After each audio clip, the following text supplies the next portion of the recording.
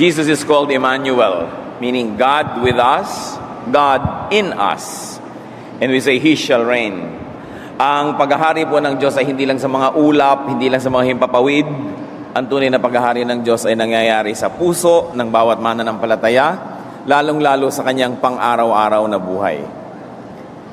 There are many people who suffer injuries, people fall, but because God is in us and God reigns, people have to rise. People have to recover. At yan ang bagay, lalong-lalo sa mga nananalig sa Diyos, na tayo ay nakakabangon muli kung tayo may nagkakaroon ng mga karamdaman, mga kahinaan o pagkadapa. 5 steps to recovery. O paano ba makababangong muli? Yan po ang ating pag-aaralan sa tulong ng Espiritu ng Diyos. Ama namin sa langit, salamat sapagkat kami tinipon niyo upang kayo papurihan, upang kayo dalhan ng handog sa inyong paanan, awitan, at upang tumanggap din kami ng iyong mga pagpapala. Turuan niyo po kami. Patuloy niyo kaming linisin, O Diyos. Patawarin kami sa aming mga kasalanan. Punan niyo po ang aming mga kakulangan. Palakasin niyo ang aming mga kahinaan. Bigyan niyo kami ng matang nakakakita, tengang nakakarinig, at pusong sumusunod. We surrender our thoughts to you, O God, and ask you, let your will be done in our lives. Move in our midst. Teach us. Enable us to hear your voice. Empower us to obey you. Teach us how to recover in our various falls and infirmities. May your perfect will be done in our lives. In the name of Jesus, our healer, we pray. 5 steps to recovery. Pagbabasihan po natin ang pag-aaral, yung recovery ng isang tao na nasa Marcos 2, 1 hanggang 5 ang bahagi ng kanyang kwento. Pagkalipas ng ilang araw, bumalik si Jesus sa Capernaum at kumalat ang balitang siya ay nasa bahay. Nagkatipon doon ang napakaraming tao, kaya't halos wala nang mapwestuhan kahit sa labas ng pintuan. Habang nangangaral si Jesus, may dumating na 4 na taong may dalang isang paralitiko. Hindi nila mailapit ang paralitiko kay Jesus dahil sa dami ng tao. Kaya't binakbak nila ang bubong sa tapat niya at ibinaba ang paralitikong nakaratay sa higaan. Nang makita ni Jesus kung gaano kalaki ang kanilang pananampalataya, sinabi niya sa paralitiko, "Anak, pinatawad na ang mga kasalanan mo." At Marcos 2, 10 hanggang 12, sinabi niya sa paralitiko, "Tumayo ka, buhatin mo ang iyong higaan at umuwi ka na." Tumayo nga ang paralitiko. Kaagad nitong binuhat ang kanyang higaan at umalis habang ang lahat naman ay nang naroon ay namangha. Sila ay nagpuri sa Diyos at sinabi nila, "Kailan may hindi pa kami nakakita ng ganito." At purihin ang Panginoon sa pagkabasa ng kasaysayan. Napakasikip ng bahay, napakaraming tao, hindi maipasok ang pasyente, kaya binokbak ang bubong at doon pinadaan sa ibabaw, hindi sa pinto dahil wala na talagang lugar. Ang mga bahay po sa Middle East, ang mga bubong nila ay flat. Hindi katulad ng mga bubong natin na matibong, very, very steep because of the rain that we have to contend with. But the houses in the Middle East were made of mud and some dried leaves and some twigs and some branches of plants. At ganon din yung mga bubong nila. Hindi naman pala ulan doon, kaya pwedeng ganon. At dahil doon ay pwedeng sampahin yung bubong at bakbakin dahil parang putik lang naman yon. At pagkatapos doon pinadaos-dos ang pasyente galing sa itaas. What are the 5 elements of recovery that we see in this story? Unang-una, we see faith. Faith in God, faith in Jesus definitely as in the story, faith in Jesus as an instrument of God. 5 sangkap ng paggaling ang ating nasaksihan: pananalig sa Diyos, pananalig kay Jesus, at pananalig kay Jesus bilang isang mabisa, makapangyarihang kasangkapan ng Diyos. Ano pa po ang makikita natin mga elemento ng pagbangon ng paralitiko? Nakikita natin yung paralitiko hindi makagalaw, kaya buhat-buhat na lang siya. Yung kama niya, yun na ang binubuhat. At maaaring ito ay isang higaan na parang makapal na tela na madaling buhatin. May 4 na sulok na pwedeng buhatin ng 4 na tao. Kaya pwede ring idaos-dos mula sa bubong para rin itong duyan. Marcos 2:3, may dumating na 4 na taong may dalang isang paralitiko. So kung yung paralitiko lang, hindi siya makakalapit. Kahit paano pananalig niya, hindi siya makakalapit. So isa pang elemento ng paggaling, helpers. may mga tagabuhat, may mga katulong, may mga tumulong. In a person's healing or recovery, the help of others is all important. It is very, very important. And helpers are usually family members, relatives, friends. Kaya gustong-gusto ni Satanas na magkaaway, halimbawa ang magulang at anak, ang anak, kapatid at kapatid, biyanan at manugang, sapagkat pagka magkakaaway ang miyembro ng pamilya, hindi sila magtutulungan. Ayaw mo sigurong tulungan yung kaaway mo at ikaw naman ayaw mong patulong kahit kailangan mo. Tuwang-tuwa si Satanas noon dahil kayang-kaya niyang papanghinain ng mga tao at hindi nagkakatulungan. So, helpers are very, very necessary in one's recovery. And the Bible is full of such heroic intercessors and ministers. Kung babalikan natin ang kwento, Marcos 2:3-4, may dumating na 4 na taong may dalang isang paralitiko. Hindi nila mailapit ang paralitiko kay Jesus dahil sa dami ng tao, kaya't binakbak nila ang bubong sa tapat niya at ibinaba ang paralitikong nakaratay sa higaan. So another element here of recovery is effort. Carrying the paralytic and making an opening in the roof. Pagsisikap. Siguro kung sawang-sawa ka ng mag-alaga ng may sakit at kung hindi ka naman talaga mahal na mahal ay makapagsawaan ka kung matagal na. No? Dadalhin mo pa ba yan sa bawat manggagamot? Siguro lahat na rin ang pwedeng nabalitang ng gagamot ay nadala na itong paralitikong ito, na ilubog na sa lahat ng mapaghimalang tubig, napausukan na sa lahat ng mapaghimalang usok, napaulanan na lahat ng mga mapaghimalang umuulalang mga talulot ng rosas at kung ano-ano, paralitiko pa rin. Pero hindi siya pinagsawaan. Dinala pa rin. Kaya napakahalaga yung pag-ibig ng kamag-anak, yung pag-ibig ng pamilya, lalo pag-ibig ng magulang at ng anak, pag-ibig ng asawa, pag-ibig ng kaibigan sa ating buhay. And you can see that there was persistence and tenacity.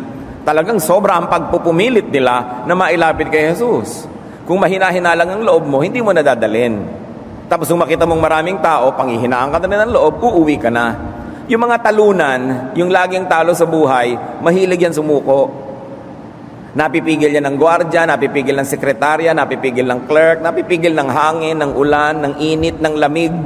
Kasi madaling pigilin. Pero itong nagdadala ng paralitikong ito, hindi mapigil. Kahit pa nga punong-puno na ang bahay, sinampan nila yung bubong at gumawa sila ng paraan. Pero mong babakbakin mo ang bubong na may bubong para lang mailapit ang pasyente sa manggagamot. At may parang pa pong isang elemento dito na napakahalaga nating bigyan ng pansin. Another element of recovery here is currency. Pautang, pakisama, pambayad, pera kaya yon o magandang pakikipagmabutihan. Bakit natin nasabi yon? Saan naman sila kukuha ng loob na bakbakin yung bubong kung wala silang pambayad? Hindi naman nila bubong yon. Kung wala silang pampagawa. O kaya ay kung hindi maganda ang pinagsamahan nila ng may bahay para payagang sirain nila yung bubong ng may bubong. Napakahalaga po sa tao na kung wala ka man lang inipong pera, may inipon ka man lang na pakisama.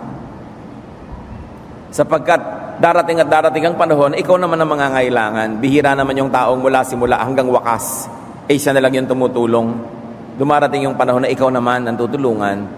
Napakahalaga yung may inipon ka naman. At kung sakaling wala man na cash, may inipon ka na goodwill. So there was that kind of element in the recovery of this paralytic. And another very important element of recovery is release. The paralytic was released from the past, from the real source of paralysis. And in the case of that person, obviously it was sin. Kaya sabi ni Lord, pinapatawad na ang iyong kasalanan. The release came from being forgiven. Hindi natin alam kung anong kasalanan, kung paano naging dahilan ng kasalanan, pero nung pinagaling siya ng Panginoon, ang inuna, tinanggal yung hawak sa kanya at pagkakasaklot sa kanya ng kasalanan, pinatawad siya. Dalawang bagay lang naman para makalaya sa kasalanan. Magbayad ka o mapatawad ka.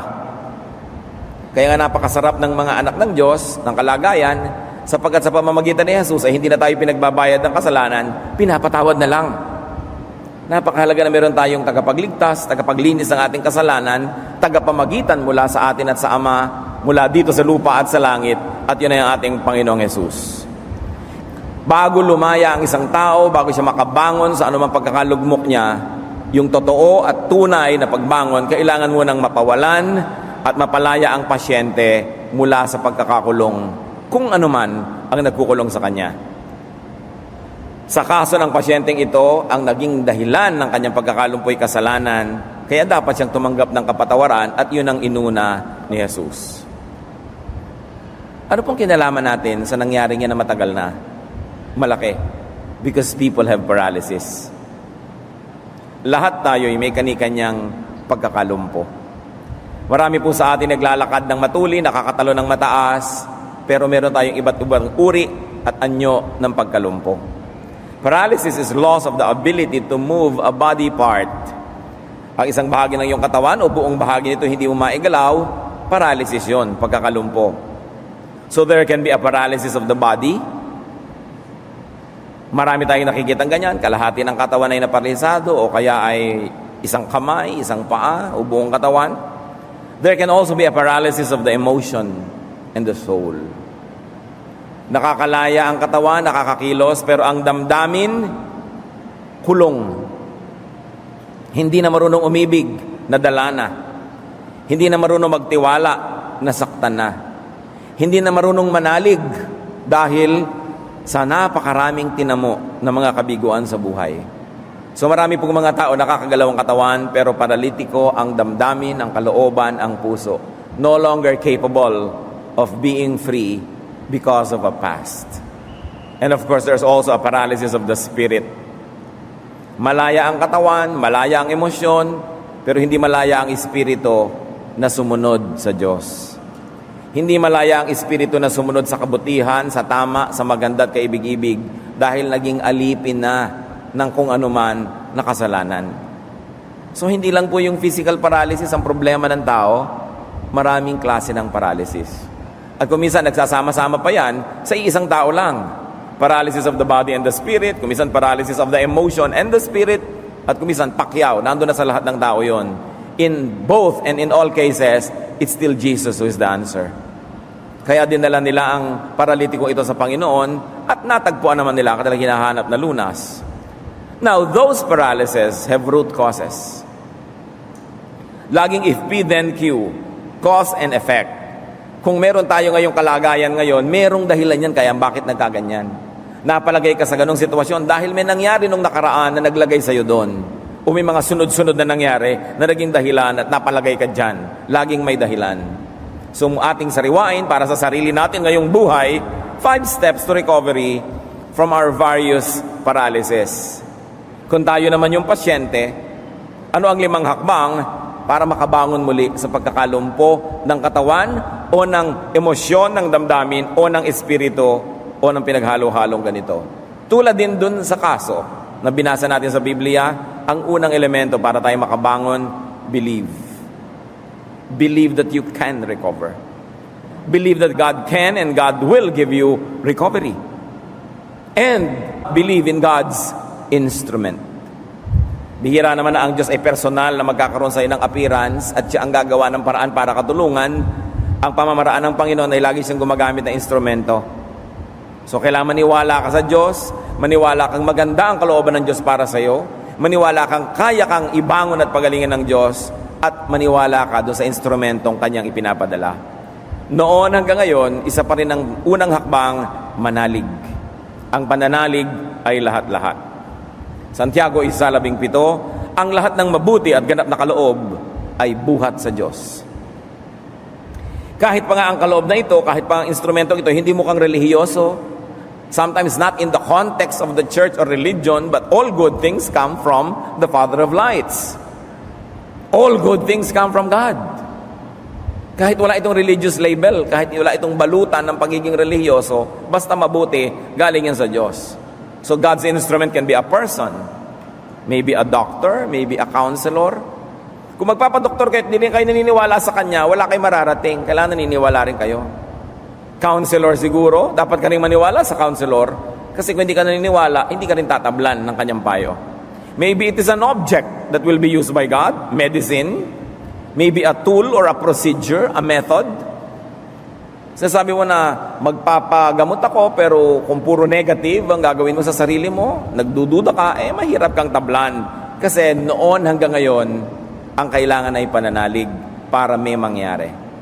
Hebreo 11:6, kung hindi tayo sumasampalataya sa Diyos, hindi natin mabibigyang kaluguran ang Diyos. Sapagkat ang sino mang lumalapit sa Diyos ay dapat sumampalatayang may Diyos na nagbibigay ng gantimpala sa mga nananalig sa Kanya.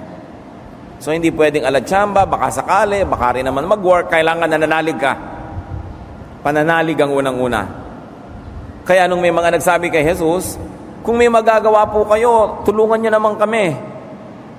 Ang sagot niya sa Marcos 9:23, kung may magagawa ako, tanong ni Jesus, mangyayari ang lahat sa sinumang may pananampalataya. Suriin ninyo ang mga pangungusap ng Panginoon. Sabi niya, kung may magagawa ako, ba't ako pinag-uusapan dito? Ikaw ang pinag-uusapan. Kung may pananampalataya ka, gagaling ka. In another way of speaking, Jesus was saying, hindi ako. Ikaw at ang iyong pananampalataya, ang unang kailangan ay nandyan. Marcos 5:34, subalit sinabi sa kanya ni Jesus, anak, pinagaling ka na ng iyong pananampalataya. How clear can you get? Yung pananampalataya mo ang mahalaga dyan. Sabi niya, kahit nandito ako, hindi ka naman nananalig, walang mangyayari. Kung hindi ka naniniwala sa akin, kahit magtatayo ka dyan, nandito rin ako, walang mangyayari. Alam niyo kung bakit napakahalaga yung ikaw, pananampalataya mo kapatid? Kasi kung Diyos lang ang nagpapagaling, di kasalanan niya yung mga hindi gumagaling. Di ba? Kung ang Diyos lang pala yung factor sa pagpapagalingan na yan, di pag may hindi gumagaling siya, dapat sisihin. Pero sabi niya, hindi ako. Ikaw, naniniwala ka ba? Pag naniniwala ka, mangyayari yon. Marcos 10:52, sinabi ni Jesus, kung gayon, magaling ka na dahil sa iyong pananampalataya. Sa sinasabi ni Jesus, hindi ako, ikaw ang pinag-uusapan dito. Yung faith mo ang mahalaga. Malaki ang papel ng tao at ang pananalig niya. Which brings us to a very, very important realization. That the development of one's faith is the greatest development and personal project that a person can do and should do in his or her life. Kung minsan may project ka na i-correct ang yung grammar, may project ka na gumawa ng bakod, may project ka na mag-ipon, may project ka na makapag-asawa, makahanap ng papa, etc., etc. Mga project lahat yan eh. Pero ang pinakamahalagang project, mahubog, mapalakas, mapalago ang pananampalataya.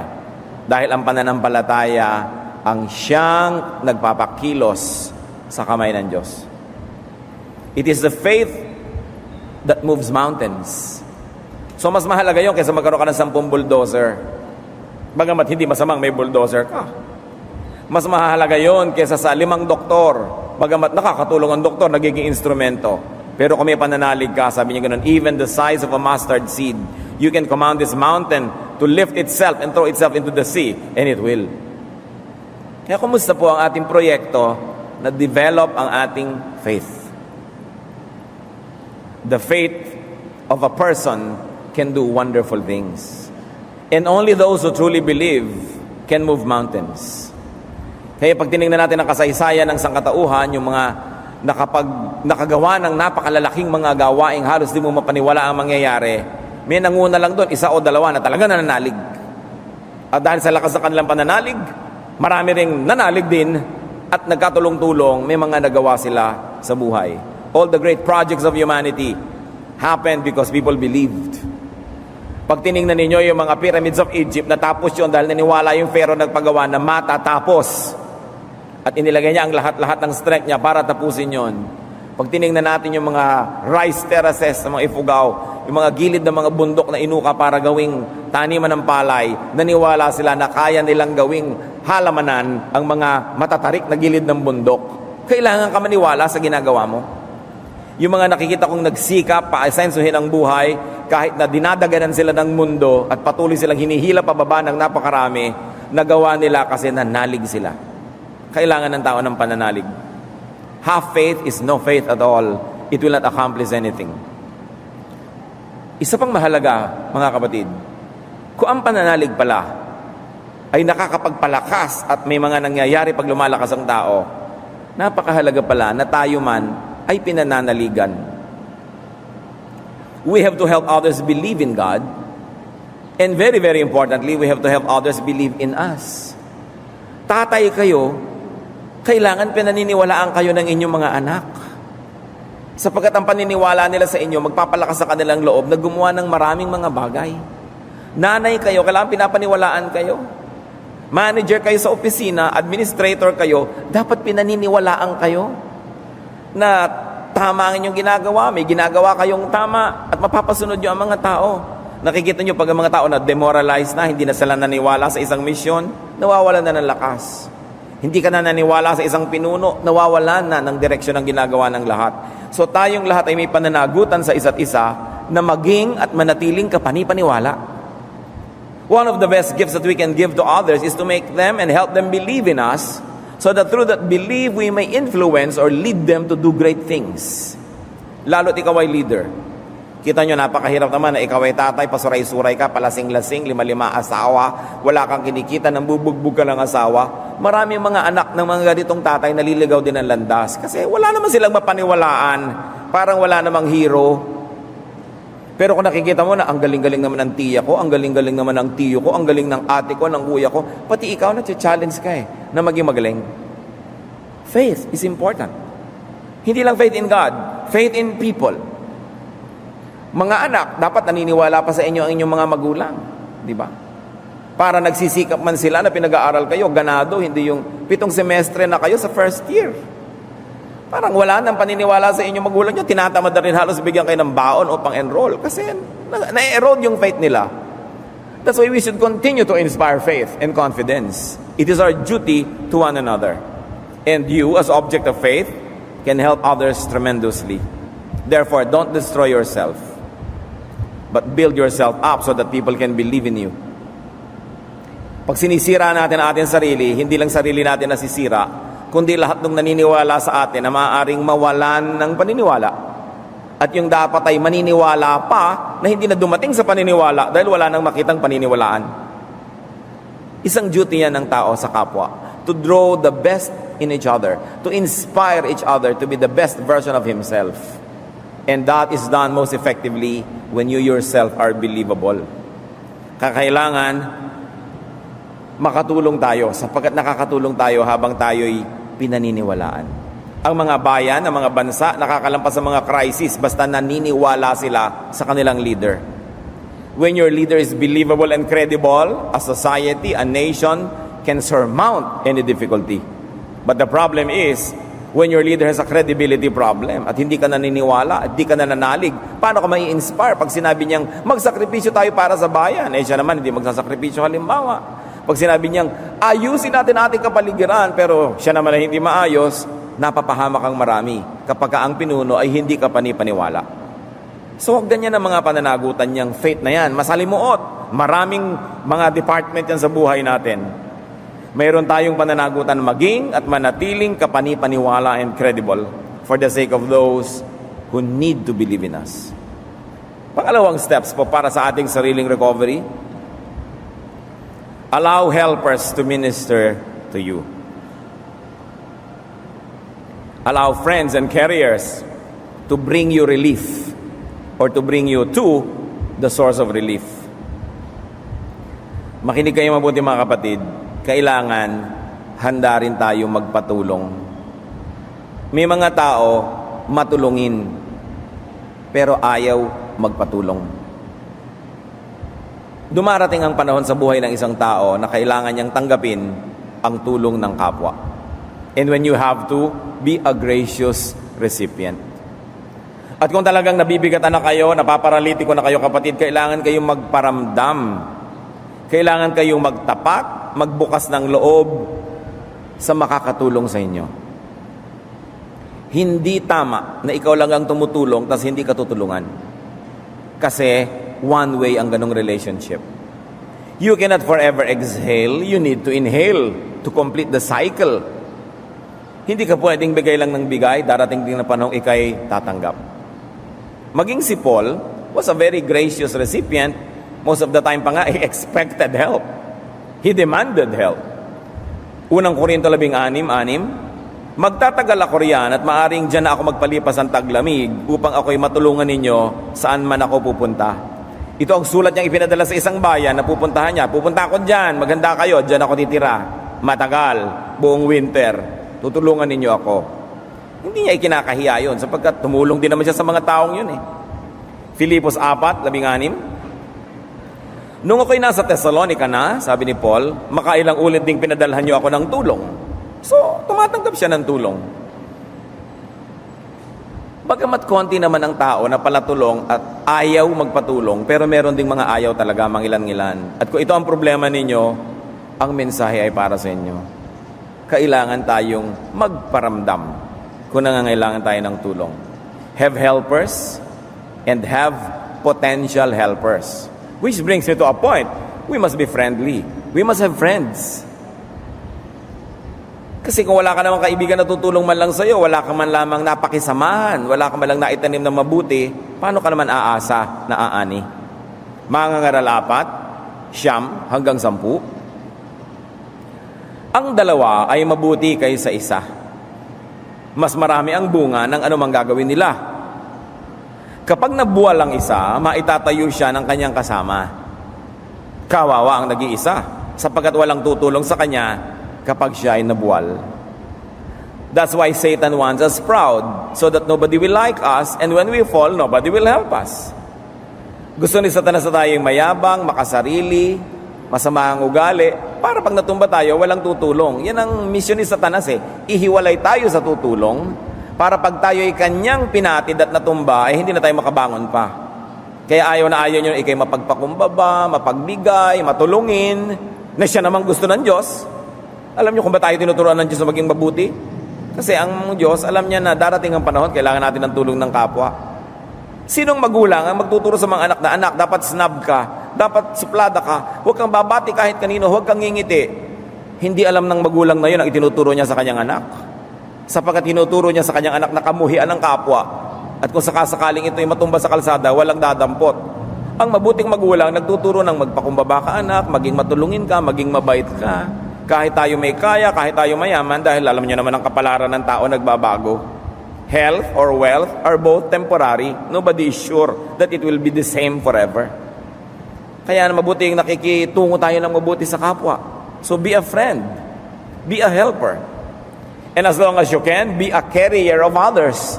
So that when it's your turn to be carried, you will not be embarrassed that people are carrying you dahil marami ka na namang nabuhat eh. Roma 12:13, tumulong kayo sa pangangailangan ng mga kapatiran. Pag nagtuturo sa atin ng Diyos na tayo maging mapagbigay, hindi niya tayo pinapadehado noon. Kasi alam niya na ang pagbibigay ay isang uri lang ng pagtatanim din. At hindi masamang magtanim. At hindi masama sa nagtatanim na umasang aani. Kaya ka nga nagtatanim kasi aani ka eh. At hindi masamang umani, basta may itinanim. Another step to recovery, tulad ng sa kwento, we should work. We should strive and make the effort. Kailangan magsikap. Buhatin ang higaan na yan, sampahin ang bubong, bakbakin ang bubong kung kailangan, dapat magsikap. At habang ginagawa ang pagtatrabaho, dapat masaya ka. Lugi ang isang tao na nagtatrabaho, naglilingkod, tapos nakasimangot. Bakit? Pagod na siya, pumangit pa siya. Pagod na siya, malungkot pa siya. Parang doble lugi yun. Dapat habang napapagod ka, masaya ka. Pasayahin mo sarili mo. Para pagod ka lang, pero masaya ka. Efesos 6:7-8. Maglingkod kayo ng masayang kalooban na parang sa Panginoon kayo naglilingkod at hindi sa tao. Sapagkat alam ninyong gagantimpalaan ng Panginoon ng bawat mabuting gawa ninuman. Hindi lang sa church work yan. Nag-e-empake kayo ng gawgaw, ngumiti kayo, pasayahin nyo ang inyong sarili. Nagwe-welding kayo ng mga bakal, nagvo-vulcanize kayo ng gulong, nag-aayos kayo ng bulaklak, pasayahin nyo sarili nyo. Hindi may trabaho ka, nagagalit ka at ginagawa mo yun, nagrereklamo ka, dadabog-dabog ka, walang blessing yun. So kung may tinutulungan tayo, binubuhat natin yung paralitiko, makita man lang niya na nginingitian natin siya. Kahit tayo pagod na pagod, nginingitian natin. Hindi yung bangga-bangga mo na lang siya sa sulok-sulok dahil pagod ka na. Dahil babangon din yan pagdating ng araw, baka ikaw naman yung nakahiga. Hindi, pag nag-uumpog ka rin niya. Kasi yun ang tanim mo sa buhay. Kaya yung mga, ewan ko ba yung mga masusungit na mga tiya, mga tiyo, mga stepmother, mga stepfather, ang lulupit sa maliliit na bata. That is foolishness. Dahil habang dumadating ang araw at buwan at taon, papatanda kayo, lalo lampas na kayo ng 40, 45, no? Kumbaga, 45, halimbawa, ipagpalagay na mabuhay kayo ng 90 anyos, di 45 ang alas 12 tanghali ng inyong buhay. Pag 46 na kayo, ay mga 12 quarter na kayo noon, ha? Pag 50 kayo, mga 2 o'clock na yun ang hapon. So habang tumatanda kayo, papahina, yung inapin nyo, papalakas pa lang. Kaya pag nasa 5:30 na kayo ng hapon, malabo na ang inyong mata, gagapang-gapang na kayo, nasa katanghaliang tapat pa lang siya. Kung sabi niya, balang araw, babangon ako at dudurugin kita. Ba't ka mang-aapi ng bata? It's really a horrible foolishness. First of all, it's unkind. Second, it's unwise. Habang papalaki ang batang yan, papahina ka. Darating ang panahon, siya ang kakailanganin mo sa buhay. Di ko alam why people can be cruel to children.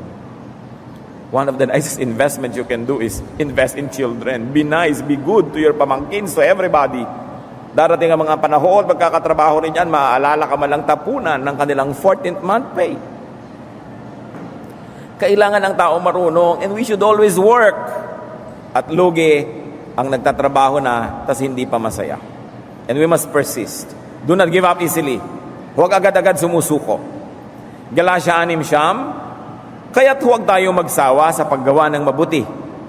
Pagdating ng takdang panahon, tayo ay aani kung hindi tayo magsasawa. At pangalawang Kronika 15:7, ngunit magpakatatag kayo at huwag masiraan ang loob.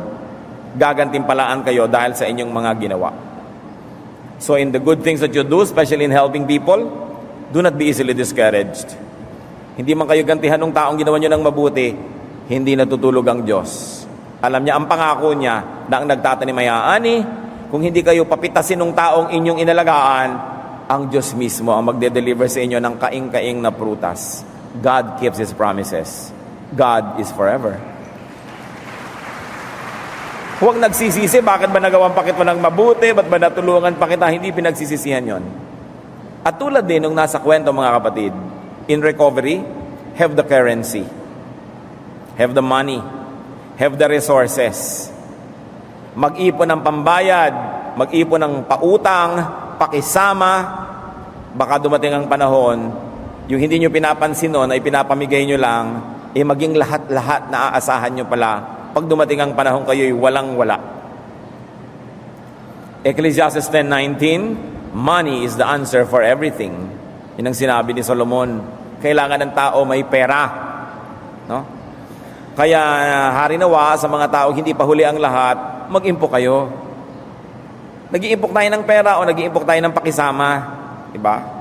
Nag-iimpok tayo ng mabubuting mga gawa. Ngayon, kung pareho natin ginawa, mas mainam. Kasi kita nyo naman doon sa 10 pinagaling ng ni Jesus, isa lang yung nakaaalalang bumalik. So marami rin tayong tinutulungan na hindi naman lahat nakakaalala yan eh. Kailangan meron ka rin itinatabi sa sarili mo. I always caution people who are very kind and very good to always keep something for themselves also. Hindi yung puro ibibigay mo lahat sa kawang gawa, ibibigay mo lahat, tapos wala ka man lang sa sarili mo, tapos pag dumating yung panahon na nangangailangan ka, wala man lang tumulong sa'yo, asa matuloy ng loob mo niyan. Dapat keep something for yourself while you are giving many things to others. Ang tao kailangan, dahil maraming darating na hirap, kailangan gumawa. Kailangan mag-ipon ng pera o pakisama ng mga mabubuting gawa. Unang Timoteo 6:18-19, turuan mo silang gumawa ng mabuti at magpakayaman sa mabuting gawa. Sa gayon, makapag-iimpok sila para sa matatag na hinaharap. Si Paul, sa kanyang mga nagawang kabutihan, at dalawa lang naman yon, ipinakilala nila ang mga tao kay Jesus o kaya ay pinalago niya kay Jesus ang mga tao. Hindi siya kailanman nagatubili na mamitas mula sa kanyang mga itinanim. Sa Philemon 1:18-19, Sapagkat mayroong isang naging convert, si Philemon na slave. At kilala niya yung dating amo at takas na alipin itong naging Kristiyano. So binigyan ni Pablo ng sulat, o bumalik ka sa amo mo. Sabihin mo, palayain ka na niya, sabi ko. No? At sabi niya sa Philemon 1:18 hanggang 19, dun sa amo, noong slave na naging Christian, kung siya may nagkasala o nagkautang sa'yo, sabi ni Paul, sa akin mo na ito singilin. Hindi ko na dapat banggitin pa na utang mo sa akin ang iyong pagkakakilala kay Kristo. Nakita niyo, walang patumpik-tumpik si Paul. Sa inyo, kung may utang man ito, burahin mo na. I-charge mo na sa akin. O gusto pa bang ipaalala ko sa iyo na kaya ka lang naging Kristiyano dahil sa akin? Kaligtasan ng iyong kaluluwa forever and ever. Ang pagkakautang mo sa akin ay gano'n na lang. No? So, ipinamukha ni Pablo dito sa tao na lubog ka sa akin sa utang. So, maging mabuti ka na lang dito. Yun ang bayad mo sa akin. Huwag mo na lang siyang singilin pa. No? Yung pagpapakilala sa tao kay Kristo at pagpapalago sa kanya kay Kristo ay dapat tinatanaw nung mga nakakilala at mga lumalago. Tulad sabi ni Paul, hindi ko na ipapaalala sa iyo na lubog ka sa akin sa utang dahil nagkaroon ka ng spiritual life at nagkaroon ka ng development dahil sa akin ministry. So, dahil may tanim siya, hindi siya nag-aatubili, no?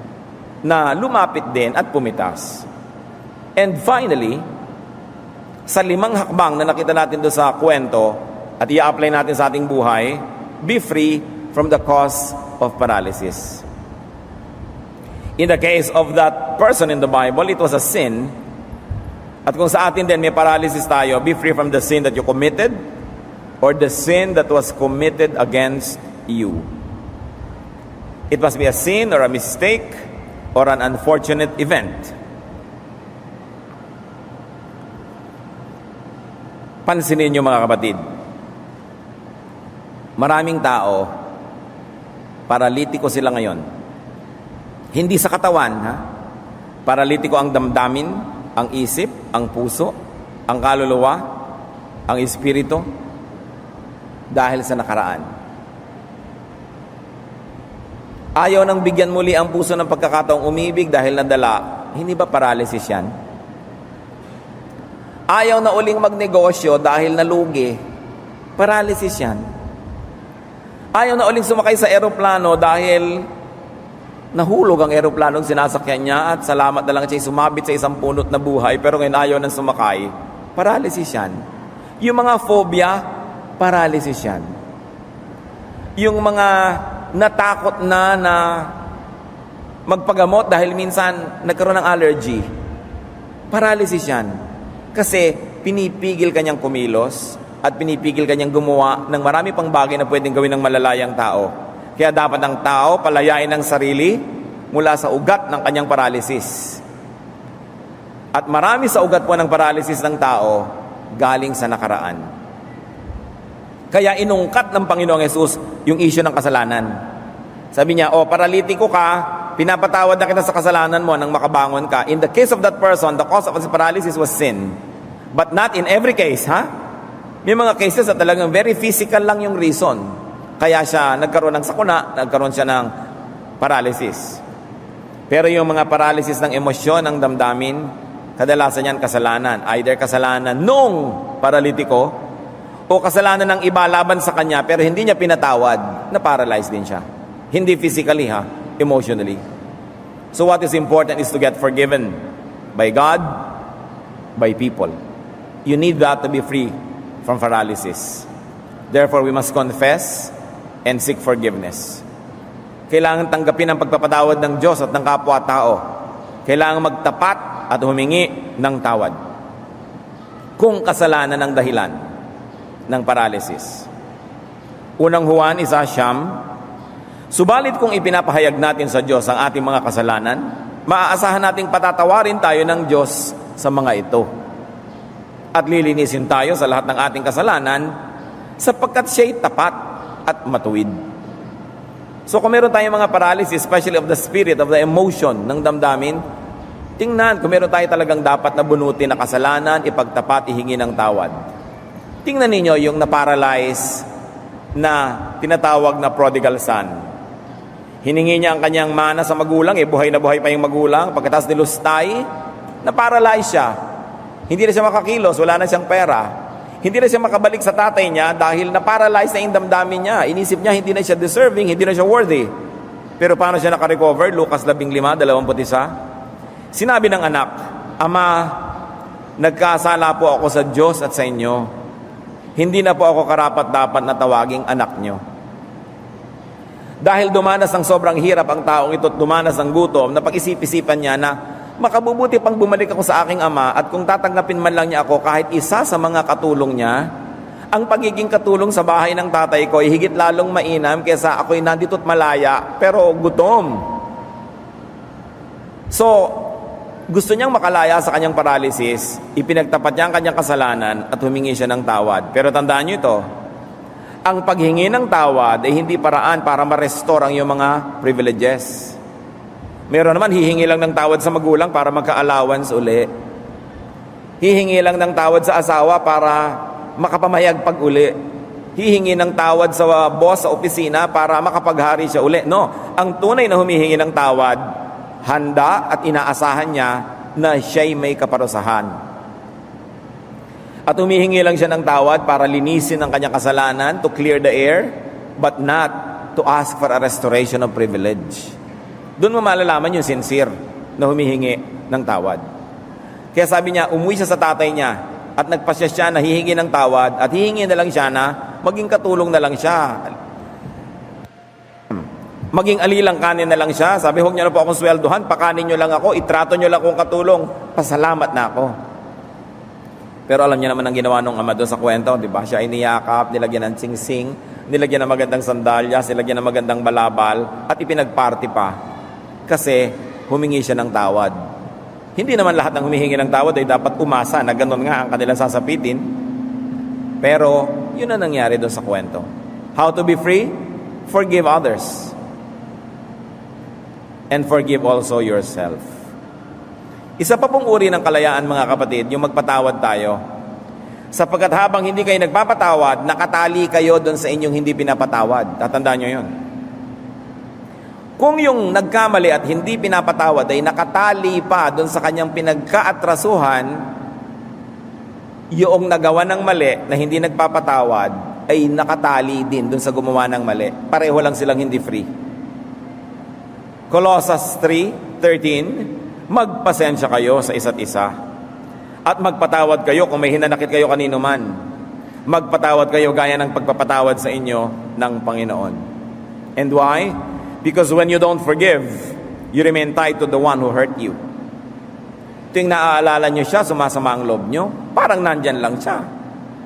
Tuwing naiisip nyo yung ginawa sa inyo, nagsisikip ang inyong dibdib, di nandyan pa siya at nakakubabaw pa sa inyo. So ang pinakamabuting gawin, magpatawad, hindi lang para sa kanyang ikabubuti, kundi para rin sa inyong sariling kabubuti. Because only when you forgive those who have wronged you, will you be free from their memory. And that's when will you be free from all the pain and the sorrow that are forever being relived when you remember them. When you do not forgive, you are not free. So dealing with the past, especially childhood and early youth, is an important element of recovery. Kahit po sino na nakakaalam ng clinical counseling, clinical psychiatry, clinical psychology, pag mayroong maraming masyadong problema ang tao, yung pagkatao niya, ugali niya, kadalasan ang kailangan mong buklatin ay ang kanyang childhood. Sapagkat maraming kamalian na nagawa sa bata, daladala niya hanggang pagtanda. Kaya ang nagiging asal niya ay mahirap. Ang ugali niya ang hirap pakisamahan. Marami siyang takot, marami siyang nervyos, marami siyang arte sa buhay kasi nasaktan siya nung bata. Ngayon, nasaktan kayo, anong gagawin ninyo? Isa na lang natira. Patawarin yung nanakit sa inyo para matigil na ang patuloy niyang pananakit sa inyo. Sapagkat habang hindi nyo sa pinapatawad, maski alaala na lang, nakakasakit pa rin.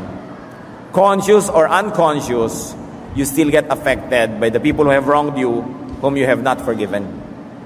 That's why confessing sins to God, confessing sins to the people you have wronged, and unburdening yourself to a spiritual person or to a technical counselor will really greatly help. Kaya yung tunay na therapy, binabalikan ng nakaraan. Kahit masakit. Kaya yung mga tunay na makakalaya sa phobia, natakot kayong sumakay ng eroplano, isa lang ang makakapagpalaya sa inyo niyan. Sumakay kayo muli. Natakot kayo maglakad sa damo dahil minsan natuka kayo ng ahas. Ang makakapagpalaya lang sa inyo, maglakad-lakad uli kayo dyan. You've got to conquer your fears. But to conquer your fears, you've got to relive them. You've got to go back to the point where you were hurt. Sabi nga ng ating mga matatanda, kung saan nadapa, dun bumangon. Ba, napakalalim ng kahulugan nun, ha? Nadapa ka dahil sa nakaraan ng araw, balikan mo yon, patawarin mo lahat yung karakter ng kwento na yon, and then move back to the present, malaya ka na. That's why the Bible is teaching forgiveness. It is not to make martyrs of us. It is not para tayo ipatalo, nakawawa naman tayo, forgive na lang tayo ng forgive. No. Because when you forgive, you are set free. Kailangang bunutin ang ugat ng paralysis.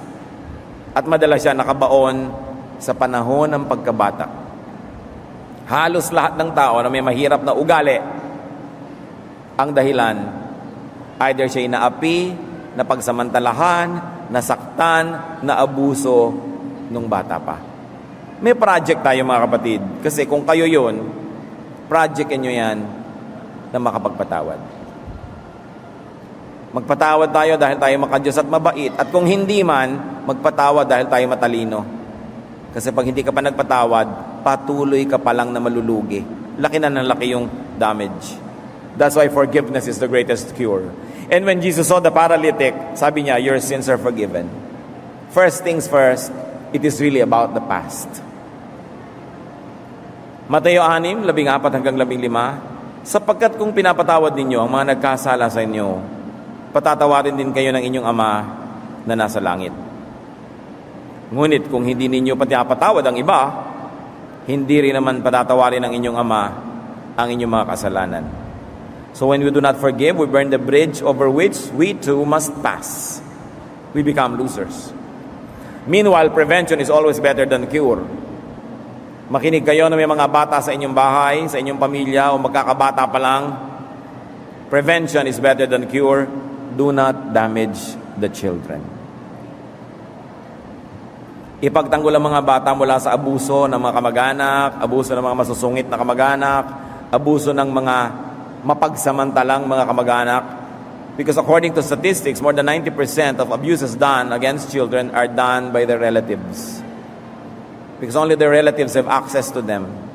Kaya dapat maingat ka. Isa kang ina, nabiyuda ka, nag-asawa kang muli, ingatan mo yung mga anak. Dapat iniingatan ng mga bata. Isa kang, may maraming kamag-anak na nakikituloy sa inyo, nakikitulog ng isa, 2 araw. Bantayan ninyo ang mga bata, huwag yung ihalo sa kanila because according to statistics, mga relatives ang nag-aabuso ng mga bata.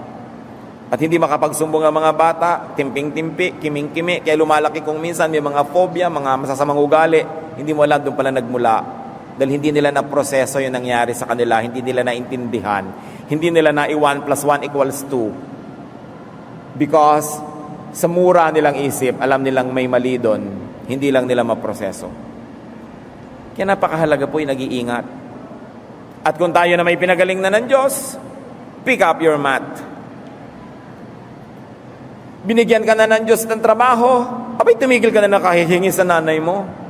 Nakita ninyo yung paralitiko, nung gumaling na, sabi ni Lord, buhatin mo na yung kama mo. Alangan namang yung 4 pa rin kaninang medal ang magbuhat yan, nakalakad ka na nga. Diba? Kaya malaki ka na, ikaw nang bahala naman, baligtarin mo, ikaw naman tumulong sa magulang mo, dahil tagal-tagal na nga ikaw tinulungan. Kung ikaw natulungan at napayuhan, ikaw naman ngayon ang tumulong at magpayo. Ang tagal-tagal mong pinautang, binigyan ng luwag, ikaw naman ngayon magbigay.